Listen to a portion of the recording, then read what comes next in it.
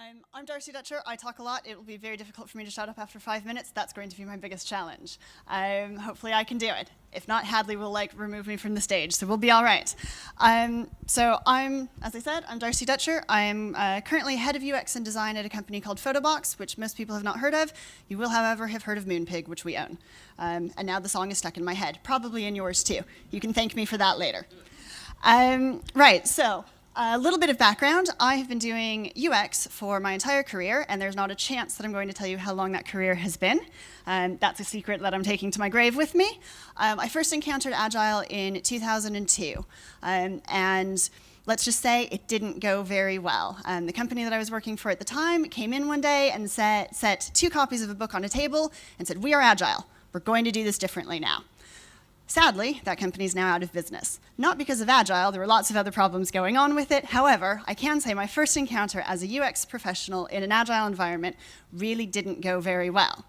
Since then, the world has changed and my view has changed. Oh, there we go, now I'm on slide. Now I'm on the right slide. For anyone who hasn't heard of Agile development, although most of you probably have, it's been mentioned a couple of times already this evening, Agile is a kind of different way of developing software. It was originally named in the year 2001 by a group of people who gathered together in Snowbird, Utah, which is a lovely ski resort if you happen to ski. And they decided that they could do software, or they thought they could create a process of building software that had a lower failure rate than what was going on at the time, because at the time, something like 80% of IT projects were failing, which seems like an awful lot.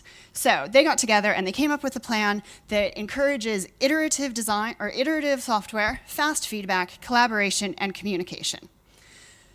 User experience has lots of things in it. I'm certainly not going to explain to you what that is tonight, but generally it's around how people interact with systems, whether it's computer systems or non-computer systems. If you interact with something, there is a user experience involved in that.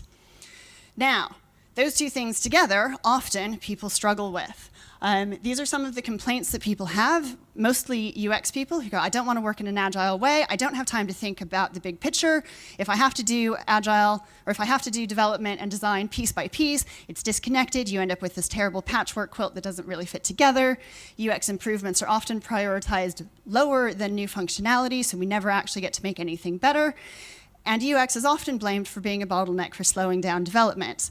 Now, reading that, these two things don't actually sound like they fit very well together. There's a flip side to that, though, which is, if you look at Agile development, because it is iterative, you have an opportunity to improve and learn on your design. I believe it was Lily who was talking about GDS earlier, and she said that what their approach is to release first, learn, and then do better. That's an opportunity that Agile offers to UX developers or UX designers, which most other approaches don't offer. Within Agile, you also get to test with real software, which is not something that happens in old school, kind of traditional development, where you develop something, or you design it, you develop it, and 18 months later, and I swear that's actually a time frame that I have used, you get software, which by then the world has actually moved on, you've learned a lot, things have changed. It's not really what you need to do. Within Agile, you generally have software that you can test every 2 weeks. You may not ever want to test it every 2 weeks, but you at least have quality software that you could test if you wanted to. There's another key thing. Learning is more important than being right the first time. That doesn't mean you don't, sometimes you get it right the first time, and that's great, but prove that you're right rather than just assuming that you are. And if you get software and you test it, you can then learn and improve what you're doing every time.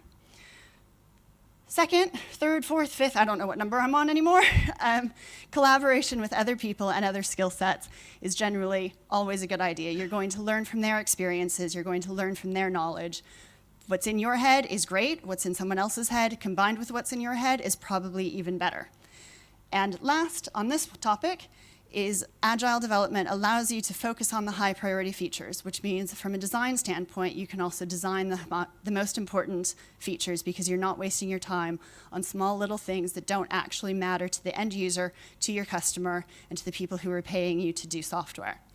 Now, Agile development and UX design, two very kind of different approaches to the world. They're not for everyone, but there are some actually really key points that you can learn from both of them, which is focus on people, focus on communication, and focus on collaboration. And lastly, much to Lily's point earlier, learn from what you're doing, and be better tomorrow than you were today.